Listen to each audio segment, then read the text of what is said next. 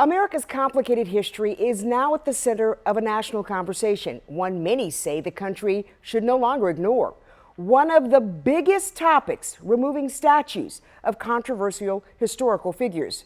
Tonight, WMAR2 News' Ray Strickland spoke to both sides of the issue that's hitting close to home after protesters tore down the Christopher Columbus statue just a few days ago.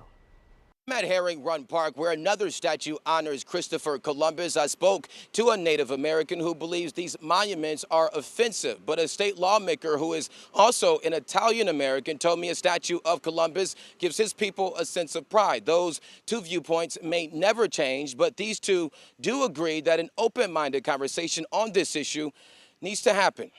Kiros Ode is the president of the board of directors for Native American Lifelines. It's an organization that offers help to Native Americans dealing with historical trauma.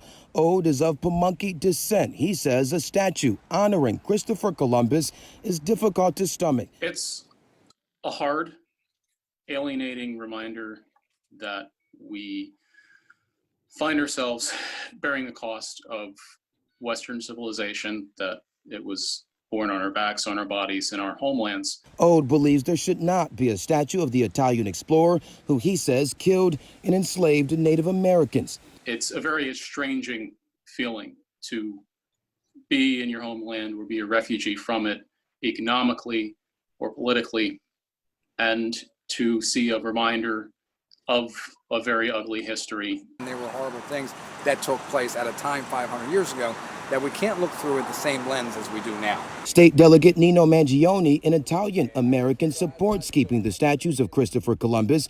Tuesday, Mangione introduced a bill ahead of next year's legislative session that calls for a mandatory 6-month prison sentence for anyone who destroys or damages a monument. The bill comes days after protesters tore down the Columbus statue in Little Italy. But I can tell you this, that he took an incredible risk on his journey 500 some years ago, and he brought the old world to the new world, right? Mangione's viewpoint and Ode's take on history are worlds apart, but both agree on something: that monuments should not be destroyed, and instead, the country should invite a conversation about what we should do with the Columbus statue and other controversial monuments moving forward. I'm open to having a discussion. We face a real reckoning in this country as to how we got here, the costs of them, having an honest account of who still pays those costs, what kind of legacies we inherit. Now, in addition to the one here in Herring Run Park and the one torn down in Little Italy, there is a third Columbus statue here in Baltimore City, but we're still waiting to hear from Mayor Jack Young about what the future plans are for the two remaining monuments. In Baltimore, Ray Strickland, WMAR2 News.